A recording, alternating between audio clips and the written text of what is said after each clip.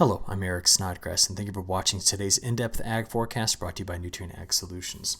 I'm sure a lot of you have seen the near-term forecast where over the next 10 days we're going to see a pretty highly amplified trough ridge pattern that's going to start to bring in much cooler air into the west, and we're going to be talking about snow here in a few moments, and also a very sharp ridge that's going to be established over much of the eastern half of North America. And just one of the big questions I have is how long does this last? Now, we've been talking about the front half of October favoring quite a bit of warmth. And I just want to bring up kind of some of the points I've been making lately and maybe see what we might be predicting for the second half of this month. Again, I'll just reiterate something I said last week, and that is I do feel as though what I'm about to share with you has a higher probability of failure than maybe of success, but I'd like to put together some pieces for you anyways. We kind of walk through this. Okay. This is what happened last year, and I thought this might be instructive. Now, it's been a long time since we've looked at a snow map, but what you've got here was the October 2020 total snowfall.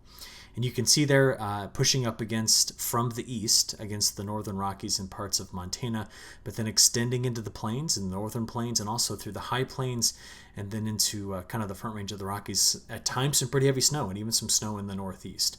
So last October, one of the reasons why we had this was because our jet stream level pattern favored ridging that was in the Gulf of Alaska. So the flow was coming down just like this. And because we were getting flow around this trough pushing up against the mountains, that's where we saw that snow. And we had a lot of lee cyclogenesis. And due to all the cold air that was in place around this deeper trough, we had plenty of cold air to get that snow. So just keep this in the back of your mind. That's the 500 millibar height pattern for last year in October. Here's something else that was happening last year in October. We had the MJO favoring, right in through here. This would be phases 5, 6, and 7, right in through this area. That's where our best rising motion was. And there was a lot of subsidence over both North and South America, especially for South America, delaying the onset of the monsoon. So that's where the MJO was a year ago. And I even went and grabbed the data here. Sorry, I show it to you in a tabular form. I didn't have a chance to graph this. But if you just look, here's the month of October, right there. See those 10s? That would be the 10th month. And the MJO started in phase 5 and then eventually moved into phase 6 and 7. See that? Okay, so that's where the MJO was a year ago. We were also watching a developing La Nina. This was the data as of October 4th, 2020. The trade winds were relatively strong, quite a bit of cold water upwelling across the entire Pacific, and we had been in a discussion about how quickly this La Nina was going to develop. Okay, that was last October, and I'm attempting just to see if there are any parallels with this October. So let's go take a look. Here's our latest ocean temperature graphic. Now it is substantially different here in the Gulf of Alaska and then coming off of California over toward Hawaii, but we do have a La Nina going again with a Southern Oscillation Index of about 10, kind of similar to where it was last year. So there's some things that are similar in the behavior of the atmosphere in the Pacific as to what we saw a year ago. From there, this is what happens when there is a developing La Nina. So I went back and I just said, okay, if we have a La Nina developing in October, what's the correlation with it and the height pattern when looking at the ocean temperatures? And what you tend to get is more ridging in the flow of the atmosphere here, troughing here, and then troughing from the Hudson Bay down into almost the Four Corner states. Now, we have not had this in September. This is not the pattern at all that we've seen in September. But if we were just going to make a forecast purely based on La Nina, this is what we'd say. There'd be more ridging in the Gulf of Alaska and more troughing downstream. Now, if we think about that and we say, well, what's the MJO doing now? Well, it's currently in phase 5. And it's expected to go to phase 6 and 7. That's what each one of these forecast ensemble members suggest. You kind of group them all together. The MJO is going to be moving into the Western Pacific. Now, remember, a year ago, I'm going to show you that ugly table again. We saw that phase 5 into 6 and 7. So there's some sense of similarity in seeing here that the position of the MJO is doing something like it did a year ago.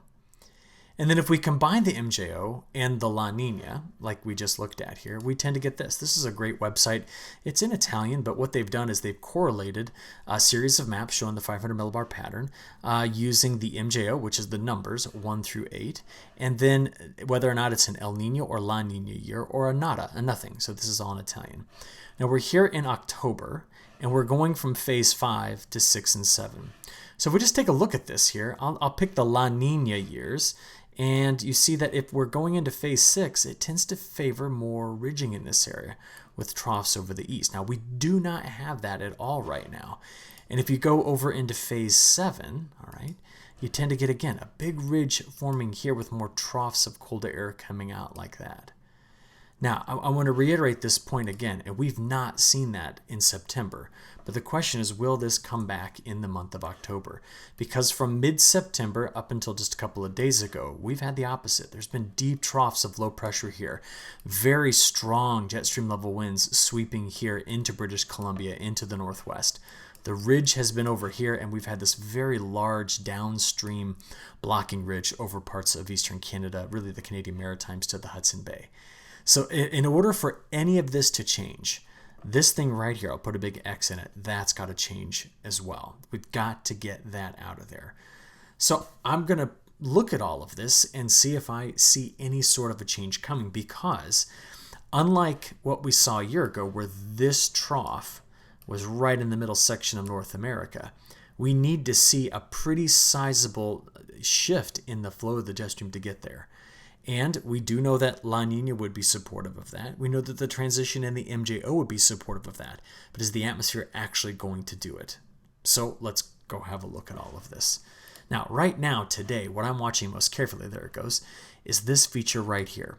Now, the low pressure center that you see here, just north of the Aleutian Islands, was once part of a tropical system that over the weekend was a typhoon just off the east coast of Japan.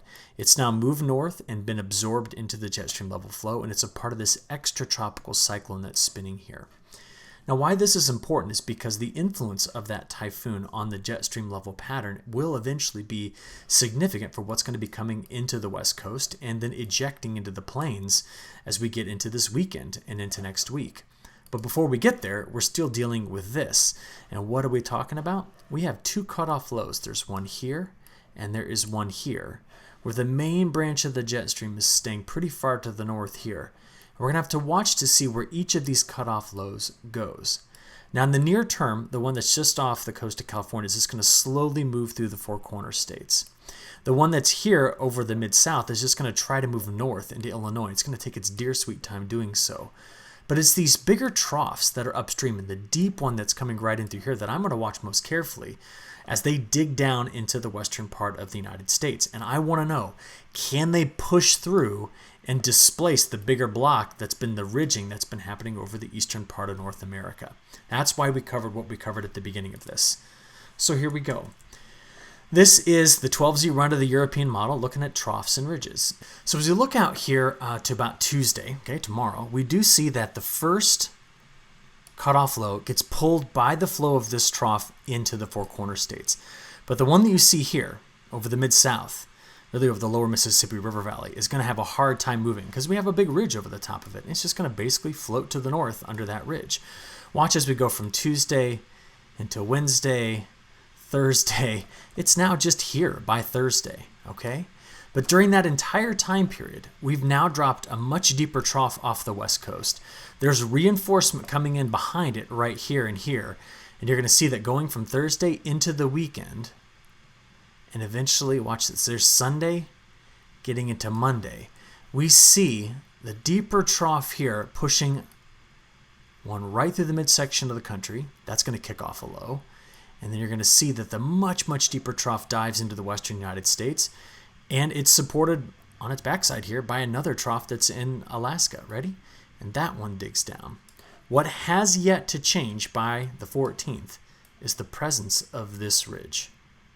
So therefore, these troughs, they dive down and they send their lows pretty far to the north rather than pushing them through the U.S. In order to get that to occur, we must have positive tilt on the trough axis, and we've got negative tilt. So this is still going to be a factor through about, the 12th, 13th, 14th. But I'm going to ask myself a question. Beyond that, are we going to get changed? I'm going to answer that in just a few moments. First, let's talk about what this means in kind of a nutshell. This is the probability of getting an inch of rain over the next 10 days. the probability. So you can see the color bar there at the bottom. This is 50%. I'll just highlight the 50 to 80% right in through here. Now we know it's going to be extremely wet on the eastern side of the cutoff in parts of the southeast. But do notice the wet weather that is expected to come in through here after passing over the mountains and also clipping parts of the Cascades. So this is where that deeper trough coming through once we get to this weekend is going to be substantial. Now, from there, let's go have a look at what we've gotten recently. So this will kind of help instruct us as to the places that have already had quite a bit of rainfall. And over the last 72 hours, basically our weekend here, we have already seen the effect of the trough that kind of stalling out here, putting down quite a bit of precipitation from parts of the Mid-South and getting over to parts of the Southeast. But this extends into the Eastern Corn Belt and the Northeast. And also here earlier over the weekend, we did see some heavier rains that went through parts of the Upper Midwest. All right, today what we're dealing with is a bunch of fog here, flood warnings down in parts of Alabama and Georgia, and red flag warnings here because of the stronger winds, extremely hot temperatures for this time of year, and very dry conditions. You can actually see that by looking at some satellite data. We don't have much in the way of cloud cover here, but look at the smoke from that fire right there. See it? In fact, I'm going to go have a closer look at this. Let's go sub-regional right up there. I hadn't yet looked at this. You can see, wow, that's actually quite impressive. One fire right here in parts of Montana really putting up a very large smoke plume. So check it out right there. But if we go back to that kind of more continental view here, what you notice is our cutoff low is just sitting and spinning in this area. So heavy rain and some storms down over the southeast, scattered isolated storms in this area. And if I just take you back to earlier in the day, it's kind of fun to watch. If you just keep an eye on this part of Minnesota, you'll watch actually the fog dissipate as the temperatures come up and we kind of evaporate that fog away right into this area. In addition to that, across the west, we do have more fire activity that is parts of the Central Valley of California. You can see the smoke plumes over here as well. But it's going to be a really pesky upper level low here, leaving the plains drier for a few more days. But this is going to really bring in the precipitation into this area. I'd like to show you that by showing you the 18Z NAM. This is our high-res NAM. We're going to start this at 5 o'clock this afternoon. And as we play this forward, you just see the scattered showers and storms that through tomorrow once again show up. So we're going to be talking about the Tennessee Valley, into the Ohio River Valley, over to the Carolinas, and back all the way down here to Louisiana. That's where we're going to see that. And if I just rock him back and forth through tomorrow, you can also see the wave that gets pulled much more quickly to the north here, spreading the precipitation through this part of the Rocky Mountains in the Four Corners states. All right. So now let's go through Tuesday into Wednesday morning. Let's go on through Wednesday midday and get into Wednesday afternoon and evening. And this will play out until early in the morning on Thursday. So if I just go back and forth here, what you continue to see is that cutoff low spinning, while the low that was off California is already now advanced pretty far to the north. And we could be bringing in some precipitation into this section of Idaho, coming out of Nevada, by the time we get into early in the morning on Thursday. Now from this point, we're going to let the European model take over. We did have some trouble today getting some of the GFS runs to complete on time. And so as a result, I'm just going to show you one model and we're going to look at the European, but it's going to tell a very similar story to the GFS. Now we've seen through Tuesday and into Wednesday. So I'm going to start this off Thursday morning. You got your cutoff low here spinning the upper levels of the atmosphere, and it's going to stay there through Friday evening. So that's going to spread more rain through the eastern Corn Belt and here into parts of the Great Lakes states. Now at that same time, remember toward the end of the weekend, we were watching that deeper trough dive in. So look through the Great Basin here in the Snake River Valley. This is an area that's going to be seeing some precip during that time. And then as we get out here towards Saturday, and let's stop it right there, Saturday evening, the first of those troughs ejects into the plains. Now at this point, I do not see the models bringing in a chance of storms into where I just drew those lines. They're mostly just wrapping the precipitation around the backside here and extending it along a frontal boundary that stretches up toward the Hudson Bay. But we're going to have to watch this all week long to see if this area does fill in with storms. We're going to see if the atmosphere destabilizes, because it typically should given this setup. But that low moves through Minnesota into Manitoba and eventually to Ontario. And then behind it, the next wave comes in. Now, as you saw, there were many little short waves that kept orbiting around, something like this or like that, around the deeper troughs that were coming into the west, all right? So we see another one of those coming through the southern plains here, coming out of Oklahoma and Texas.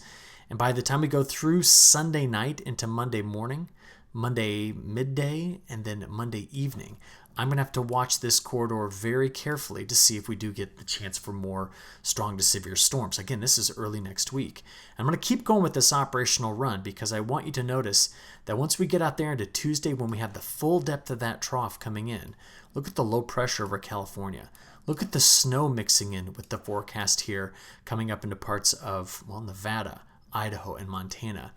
And then that system, I'll just play this all the way out, seems to be just the next in a line of storm systems that comes right here through the midsection of North America. So I'm going to watch all of these quite carefully. Again, we're looking out here at a 10-day forecast from an operational run, but we've been watching this pattern progress for several days now. So I've got some confidence in it. Total precip. Well, at the beginning, much of it's going to be coming from those two cutoff lows. So let's stop this by Thursday evening. If you're in the plains, we're going to be drier. But you can see the cutoff low that's here, moving just a bit to the north. So we have all of this precipitation in this area from the cutoff, including the very heavy rains down here in the southeast. And the second wave moving through the Rockies here, that's the one we saw getting pulled out ahead of the deeper trough cutting into the northwest. Now, as we go into the weekend, this is now Friday evening, getting into Saturday morning, afternoon, and evening. Remember, that's the first wave that pulls into this area.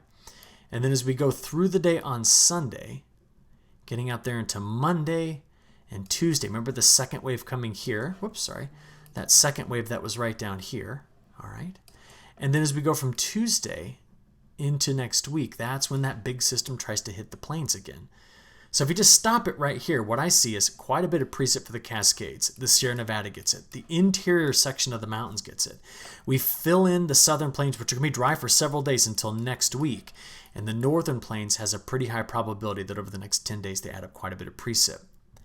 Before all of that, the cutoff low bothers much of the eastern part of the United States. This is a pretty active pattern through the next 10 days. Now, I also had to turn something else back on today, which I have not turned on in a while, and that is my snowfall forecast. So using the European model, here we go. This is now getting into Friday and Saturday, and getting out there to Sunday and Monday. Now remember, it's after next Monday, Tuesday, that the deepest of the troughs comes through. And what do we see if we just play this out to 10 days? There's the chances in parts of Montana, not just in the mountains, but in the plains here, to be bringing in some snow. It'll certainly be in the Rockies, in the Sierra Nevada here, and along the Cascades. We're going to watch in the Canadian Prairie for some of the snow on the back side of this. It's been a while since we talked about snow, but this is the probability right here of getting an inch of snow through the next 10 days. An inch of snow through the next 10 days. And just pause it, look at the color bar at the bottom to see how deep those troughs are. Now, we always have to be very careful forecasting the first snow of the year. So I'm showing you what the operational model runs are doing. We need to watch the progression of them, and we'll take another really good look at this on Thursday when we do our next videos. All right, where does this pattern go? Well, this was the question I posed, right? By day 10, still very highly amplified. There it is. And we've not been able to shake this pattern now for a while. But let's go from the middle of October here on the 14th through the 15th, 16th, 17th, and 18th. Now, I know you're looking at this going, well, I still see the reinforcement of troughs here, and that's true. But if you follow the ISO heights, or the ISO bars, whatever you want to call them, you'll see that the flow is doing this. Now, technically, they are ISO heights, but we can think of them as pressure lines. The ridge is now here. And there's troughing in this area. I know you see the warmer colors, but there's still troughing in this area. And that is something we've not seen here in a long time. And this is by, well, Monday the 18th, which is why I still seem to think that the second half of October has a much different flavor than the front half of October given this pattern shift. But overall, seeing that, this is what the week 2 precipitation looks like. So remember, at the beginning of week 2, we have those two big storm systems. There's one here, and then there's the one that's farther to the north. And as they come through, they're going to really introduce quite a bit of rainfall into this area compared to average. And remember, October precip is normally, for much of the United States, lower than average. But we are going to be bringing in precip into Northern California, and it's going to be coming in more than normal into the Pacific Northwest, and will be drier in this area, according to the European model for week 2. Okay, before we look at the longer stuff, let's talk temperatures, because today was a scorcher here in the northern plains. High temperatures, low humidity, strong winds gave us that fire threat.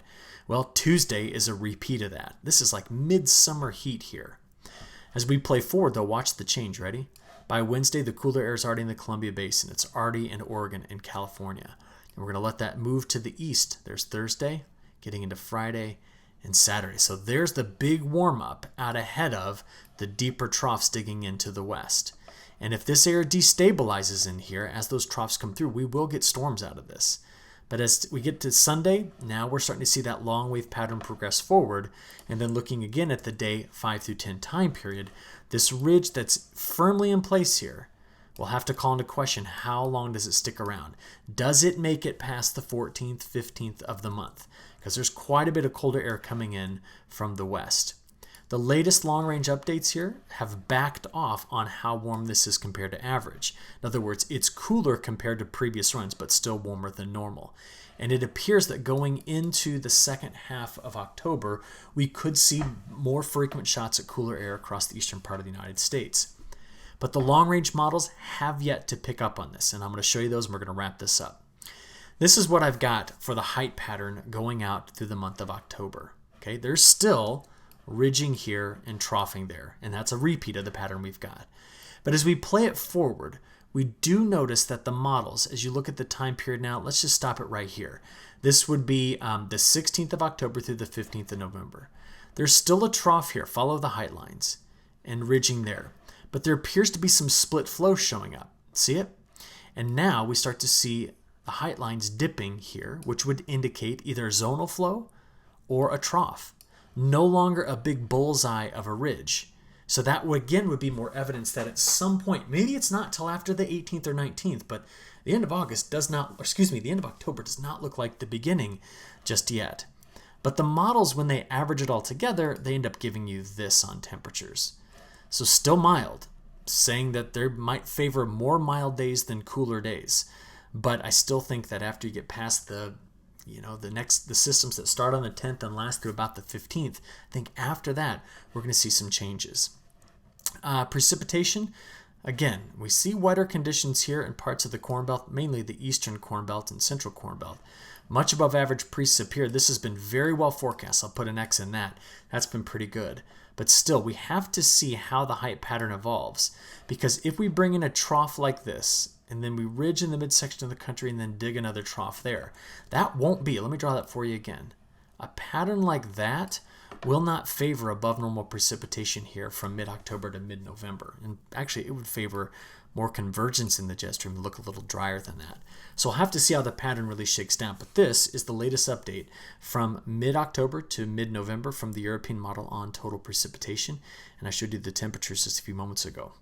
Okay, that's what I'll be watching most carefully. And as I said at the beginning, I do expect my forecast to not verify. I think I'm hinging this on too many subtle features, and we'll just have to wait and see. But I'll keep you up to date on that, okay? I appreciate your attention. We'll talk to you again on Thursday. Thanks.